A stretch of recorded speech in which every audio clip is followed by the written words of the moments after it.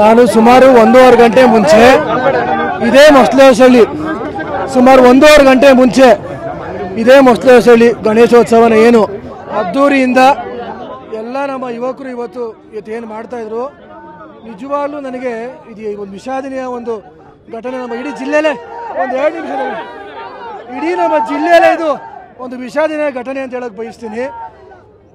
1.5 ಗಂಟೆ ಮುಂಚೆ ಬಂದು ಹೋಗಿದ್ದೀವಿ. ನನಗೆ ಎಷ್ಟು ಹೊಟ್ಟೆ ಇರ್ತದೆ ಅಂದರೆ ಎಷ್ಟು ಮಕ್ಕಳುಗಳು ಇವತ್ತು ಕುಣಿತಾ ಇದ್ರು, ಎಲ್ಲ ಇಂಜಿನಿಯರಿಂಗ್ ಓದ್ತಾ ಇದ್ದವು ಮಕ್ಕಳುಗಳು ನೆನೆಸ್ಕೊಂಡ್ರೆ ಬೇಜಾರಾಗುತ್ತೆ.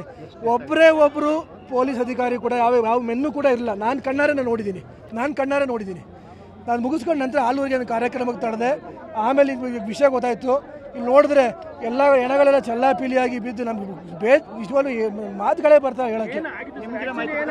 ಅವನು ರಾಂಗ್ ವೈಯಿಂದ ಬಂದ್ಬಿಟ್ಟು ಆ ಕಂಟೈನರು ಡೈರೆಕ್ಟ್ ಹೋಗಿ ಏನು ಪ್ರೊಸೆಷನ್ ಮೇನ್ ರೋಡಲ್ಲಿ ಬರ್ತಿದ್ದಂತ ಆ ಜನಕ್ಕೆ ಹೋಗಿ ಅವನೊಂದು ಸುಮಾರು 25 ಜನಕ್ಕೆ ಅವನು ಹೊಡೆದು ಅಲ್ಲಿ 4 ಜನ ಮಕ್ಕಳು ಸ್ಪಾಟ್ ಆಗಿದ್ದಾರೆ.